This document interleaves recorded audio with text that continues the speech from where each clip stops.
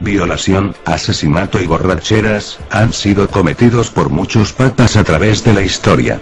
Estoy consciente de que el atribuir esta clase de pecados a quienes proclaman ser el Santo Padre, el Vicario de Cristo y Obispo de Obispos, ha de ser alarmante para algunos. Pero el que ha estudiado la historia de los papas, comprende claramente que muchos de ellos lo han sido todo. Menos hombres santos.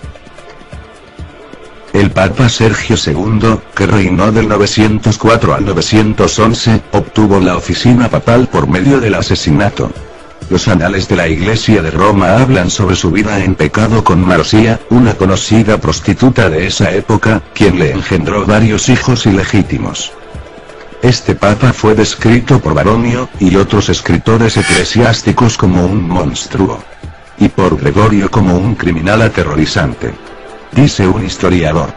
Por espacio de 7 años este hombre ocupó la silla de San Pedro mientras que su concubina, imitando a Semíramis madre, reinaba en la corte con tanta pompa y lujuria, que traía a la mente los peores días del viejo imperio romano. Año 955 el nieto de la prostituta, después de varios encuentros sangrientos, pudo tomar posesión del trono pontificio bajo el nombre de Juan XII. Este llegó a ser tan corrupto que los cardenales se vieron obligados a hacer cargos contra él. Este rehusó a presentarse para contestar a las acusaciones y en vez de esto, los amenazó con excomulgarlos a todos. Aún así le hallaron culpable de varios crímenes y pecados incluyendo los siguientes. Hizo prender fuego a varios edificios. Bebió un brindis dedicado al demonio. Jugó a los dados e invocó la ayuda de los demonios. Obtuvo dinero por medios ilícitos. Fue encontrado culpable de inmoralidad. Tan viles fueron sus acciones, que incluso el notable obispo católico romano de Cremorne, Louis Pran, dijo de él: ninguna mujer honesta se atrevía a salir en público, porque el Papa Juan no tenía respeto a mujeres solteras, casadas o viudas. Puesto que él faltaba al respeto aún a las tumbas de los santos apóstoles, Pedro y Pablo. Levantó la ira del pueblo al convertir el Palacio Laterano en una casa de prostitución pública y fue descrito por el Liber Pontificalis con las siguientes palabras. Pasó toda su vida en adulterio.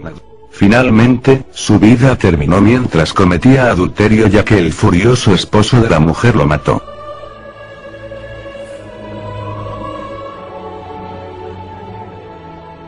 El Papa Bonifacio VII mantuvo su posición a través de cuantiosas distribuciones de dinero robado. El obispo de Orleans se refirió a él, y también a Juan X y León VIII, como monstruos de culpabilidad, llenos de sangre y suciedad. Y como anticristos, sentados en el templo de Dios. Además, Bonifacio fue un asesino. Hizo que el Papa Juan XIV fuera encarcelado y envenenado. Cuando el Papa Juan murió, el pueblo romano arrastró su cuerpo desnudo por las calles. La sangrienta masa humana que una vez fue un papa, fue dejada a los perros. A la mañana siguiente, sin embargo, algunos sacerdotes lo enterraron secretamente. Bonifacio asesinó al Papa Benedicto VI estrangulándolo. El Papa Silvestre II lo llamó un horrendo monstruo que sobrepasó a todo mortal en su maldad. Pero, evidentemente, el Papa Silvestre no era mucho mejor, pues la enciclopedia católica dice que el pueblo le consideraba como un mago pactando con el diablo. Enseguida, vino el Papa Juan XV quien dividió las finanzas de la Iglesia entre sus familiares, lo que le trajo la reputación de ser codicioso, de torpes ganancias y corrompido en todas sus acciones.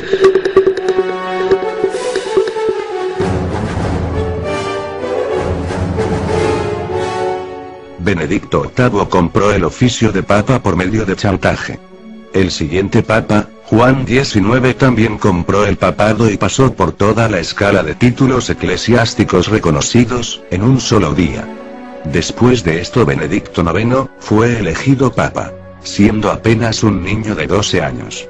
Por medio de arreglos monetarios con las poderosas familias que manejaban a Roma. Este papa niño creció en la maldad y cometió homicidios y adulterios a pleno día. Hizo robar a peregrinos en las catacumbas de los mártires. Fue un horrendo criminal a quien el pueblo desterró de Roma. Finalmente, la compra y venta del cargo papal se hizo tan común y la corrupción tan pronunciada, que los gobernantes seculares tuvieron que intervenir en el nombramiento de los papas. Enrique III, emperador de Alemania, eligió a Clemente II, que era un clérigo alejado de la corte papal porque ningún sacerdote romano pudo ser hallado limpio de corrupción, de simonía y de fornicación, declaró un historiador. Muchos de los papas fueron asesinos. Pero sin duda alguna, Inocencio III sobrepasó a todos sus predecesores en homicidios. Durante su reinado, Inocencio, el cual era todo menos inocente, hizo asesinar a más de 1 millón de supuestos herejes. Él promovió la más infame y diabólica acción en la historia de la humanidad: la Inquisición. Por espacio de más de 500 años, los papas usaron la Inquisición para poder mantener el poder. Solamente Dios sabe el número real de personas que fueron asesinadas al no estar de acuerdo con las enseñanzas de la Iglesia Católica Romana. El Papa Bonifacio VIII, otro de la negra lista medieval, practicó la brujería. Llamó mentiroso e hipócrita a Cristo. Profesó ser ateo. Negó la vida futura y fue un homicida y un pervertido sexual. Oficialmente, dijo lo siguiente: el darse placer a uno mismo, con mujeres o con niños, es tanto pecado como lo es el frotarse las manos. Y, aunque parezca imposible, él fue quien escribió la bula Unam Santum, en la cual declaró oficialmente que la Iglesia Católica es la única y verdadera Iglesia, fuera de la cual nadie puede salvarse. Fue este papa tan inmoral quien declaró oficialmente: nosotros afirmamos y declaramos definitivamente que es necesario para la salvación, que todo ser humano sea sujeto al pontífice de Roma. Fue durante el reinado de este papa, cuando Dante visitó Roma. Describió el Vaticano como el alcantarillado de la corrupción, y puso a Bonifacio, junto con los papas Nicolás III y Clemente V, en las profundidades del infierno.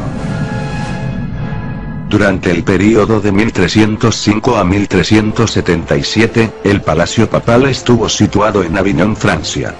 Durante esta época, Petrarca declaró que dicho establecimiento papal era un lugar de violación, adulterio y toda clase de fornicación. Y debido a que los papas eran tan inmorales, no debemos sorprendernos de que los sacerdotes no fueran mejor que ellos. Como consecuencia, en muchas parroquias los feligreses insistían en que los sacerdotes tuvieran concubinas, como protección para sus propias familias. Cualquier semejanza con la actualidad no es mera coincidencia.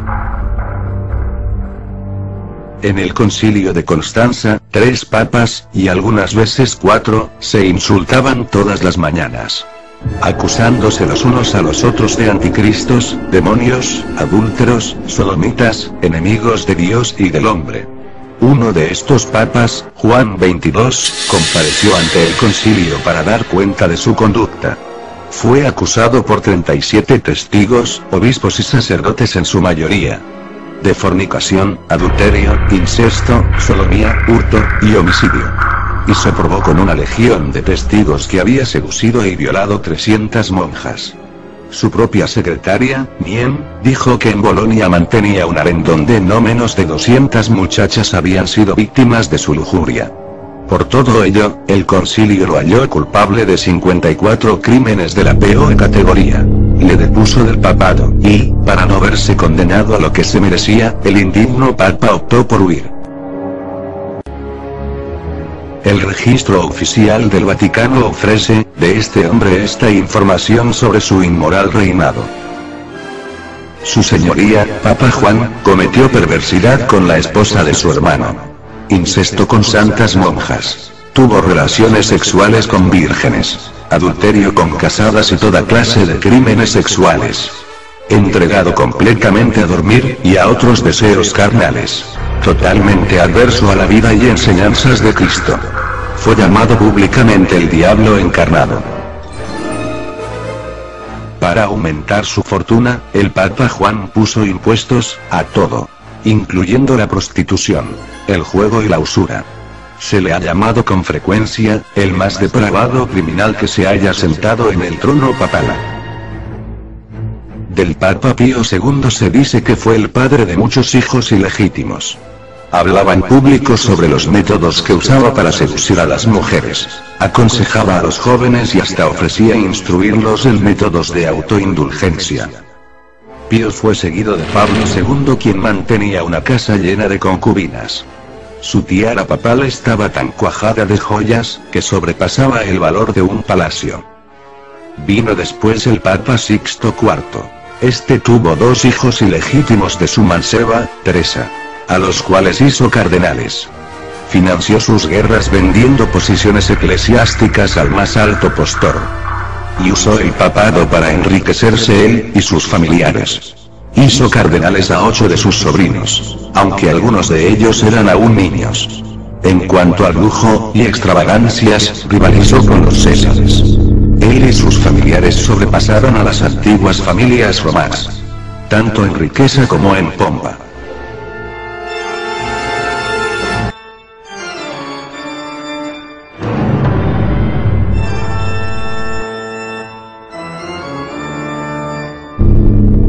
El Papa Inocencio VIII tuvo 16 hijos de varias mujeres. No negó que fueran sus hijos engendrados en el Vaticano. Como muchos otros papas, multiplicó los oficios clericales y los vendió por vastas sumas de dinero. Incluso permitió corridas de toros en la plaza de San Pedro.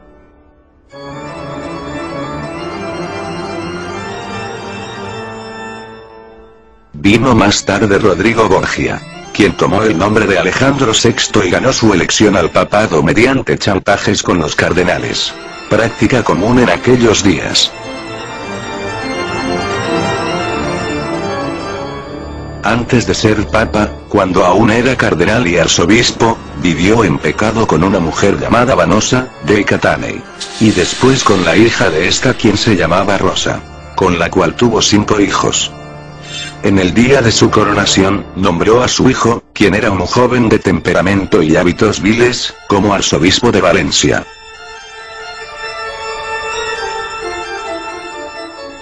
Vivió en incesto público, con sus 2 hermanas y con su propia hija, y era el padre y amante de su hija Lucrecia, de quien se dice tuvo un hijo.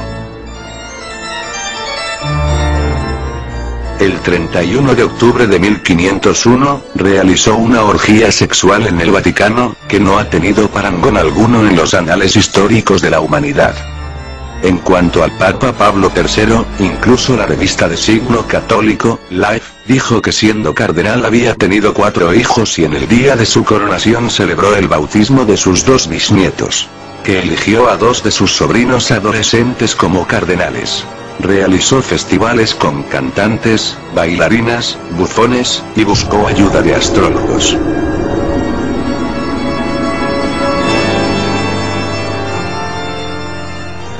El Papa León X fue elegido para 27 oficios clericales diferentes antes de tener 13 años de edad. Fue enseñado a considerar los cargos eclesiásticos solo como un medio de ganancia. Con su producto compró el cargo y declaró que el quemar herejes era una orden divina. Fue durante esos días que Martín Lutero, siendo aún sacerdote de la Iglesia romana, viajó a Roma. Al ver por primera vez la ciudad de las 7 colinas, cayó al suelo diciendo: «Santa Roma, te saludo». No había pasado mucho tiempo en dicha ciudad, cuando pudo darse cuenta de que Roma era todo, menos una ciudad santa. Pudo ver que la iniquidad existía en todas las clases del clero. Los sacerdotes contaban chistes indecentes y usaban palabras profanas, incluso en la misa. Lutero describió a los papas de la época como peores en su conducta que los emperadores paganos de la antigua Roma, y explica que los banquetes de la corte papal eran servidos por 12 mujeres desnudas. Nadie puede imaginarse los pecados tan infames y los actos que son cometidos en Roma, dijo. Tienen que ser vistos y escuchados para ser creídos. Tanto es así, que se acostumbra a decir: Si hay un infierno, Roma está construida sobre él. Un día, durante la visita de Lutero a Roma, vio una estatua en una de las vías públicas que conducen a San Pedro que le llamó la atención. Pues era de una papisa. Y junto con el cetro y la mitra papal, tenía un niño en sus brazos. Era la estatua de la papisa Juana. Estoy sorprendido de cómo los papas permiten que la estatua permanezca allí, dijo Lutero. 40 años más tarde, después de la muerte de Lutero, dicha estatua fue quitada por orden del Papa Sixto V. ¿Quién fue este papa femenino al que la estatua representaba? Se dice que nació en la tierra del Rin, en Ingelheim. Fue aclamada en Mainz, por su sabiduría. Y, más tarde, se disfrazó de hombre para entrar en el célebre monasterio de Furta, entre Frankfurt y Bebra. Se dice que también estudió en Inglaterra y Atenas. Y después recibió la posición de maestra de la Schola Graecorum, de Roma, antiguo colegio de diáconos. Allí ganó tanta influencia como hombre, que fue elegida papa. Sin embargo, después de un pontificado de 2 años, 1 mes, y 4 días, fue descubierta su condición de mujer. Mientras formaba parte de una procesión, dio a luz a un niño y murió. Fue en este sitio donde se erigió la estatua del Papa femenino. En tiempos recientes, la historia de la papisa Juana ha sido discutida. Por razones obvias, Roma ha tratado de ocultarlo. Sin embargo, antes de la época de la Reforma, la cual expuso tanto pecado en la Iglesia romana, la historia de Juana la papisa era parte de las crónicas. Y conocida por obispos e incluso por los mismos papas. El Papa Anastasio, por ejemplo, la menciona en su escrito, Historia de los Pontífices Romanos. De hecho, todos los libros de historia de antes de la Reforma mencionan a la papisa Juana, o en texto, o en el margen.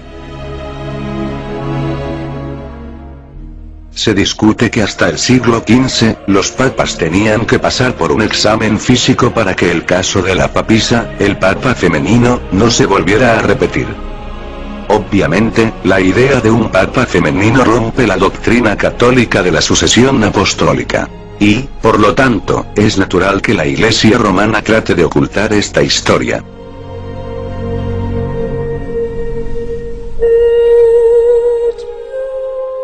Al llegar al final de esta trilogía de videos, habiendo mencionado la gran inmoralidad que ha existido en la vida de algunos papas, no quiero dar la impresión de que todos los papas han sido tan malvados como estos.